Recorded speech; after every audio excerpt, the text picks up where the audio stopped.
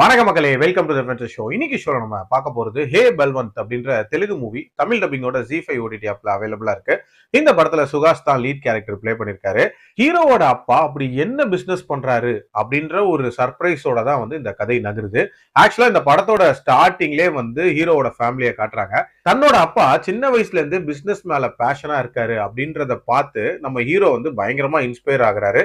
நம்மளும் ஒரு business man ஆகணும், தன்னோட அப்பாவோட பிசினஸ் எடுத்துக்கணும் அப்படின்ற ஒரு கனவோடயே வளர்றாரு. ஆனா அவர் என்ன பிசினஸ் பண்றாரு அப்படின்றத சொல்லாமையே வளர்க்குறாங்க. நம்ம ஹீரோவும் எம்பிஏ வரைக்கும் படிச்சு முடிச்சிடுறாரு. அதுக்கப்புறம் அவருக்கு லவ் எல்லாம் வருது. அதுக்கப்புறம் ஒரு சுச்சுவேஷன்ல தன்னோட அப்பாவோட பிசினஸ் பத்தி தெரிஞ்சுக்கிறாரு. தெரிஞ்சதுக்கு அப்புறமேட்டு அதிர்ந்து போறாரு அப்படின்னே சொல்லலாம். அப்படி என்ன பிசினஸ் பண்றாரு, அதை ஃபர்தரா ஹீரோ ரன் பண்ணாரா, அண்ட் அவரோட லவ் லைஃப்ல என்ன மாதிரியான பிரச்சனைகள் வந்து டுவர்ட்ஸ் எண்ட் என்ன ஆகுதுன்ற மாதிரி நிறைய விஷயங்களை சொல்லக்கூடிய ஒரு படம் தான் இந்த படம். ஹீரோவோட அப்பா பண்ணக்கூடிய பிசினஸ் நிறைய பேரால ரொம்ப ஈஸியா கெஸ் பண்ண முடியும். பட் ஸ்டில் அவர் ஏன் அதை பண்ணாரு அப்படின்றதுக்கான அந்த ரீசனிங்க லாஸ்ட்ல ஓரளவுக்கு ஜஸ்டிஃபை பண்ணிருப்பாங்க.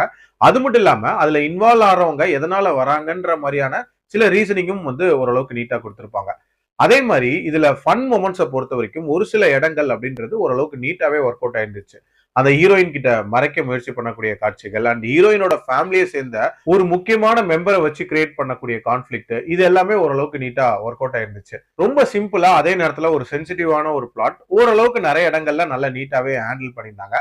இந்த படத்தோட ஒரு மிகப்பெரிய பிரச்சனையை இந்த கதையை கொண்டு போன விதம். ஒரு கம்ப்ளீட் என்டர்டெய்னரா இந்த படம் இருந்துச்சு அப்படின்னு கேட்டீங்கன்னா, சில இடங்கள்ல என்டர்டெய்னிங்கா இருந்துச்சே தவிர பல இடங்கள்ல வந்து கொஞ்சம் சுமாரான ஃபீல் தான் கொடுத்துச்சு. அதுலயும் காமெடிகள் அப்படின்றதுமே நிறைய இடங்கள்ல ஃபோர்ஸ்ஃபுல்லா இன்க்ளூட் பண்ண ஒரு ஃபீல் இருந்துச்சு. ஆல்சோ ஒரு சில பிரச்சனைகளை இவங்க கிரியேட் பண்ண விதம் அப்படின்றதுமே ரொம்ப ரொம்ப ஆர்டிபிஷியலா இருந்துச்சு. இவங்களோட கன்வீனியன்ஸ்க்கு ஏத்த மாதிரியான அந்த பிரச்சனைகளை கிரியேட் பண்ணியிருந்தாங்க. அது கொஞ்சம் ஆடா தெரிஞ்சிச்சு அப்படின்னே சொல்லலாம். அண்ட் இவ்வளோ நாள் எப்படி வந்து பையனுக்கு தெரியாம மறைப்பாங்க அப்படின்ற மாதிரியான சில லாஜிக்கல் கொஸ்டின்ஸ்லாம் இருக்கு.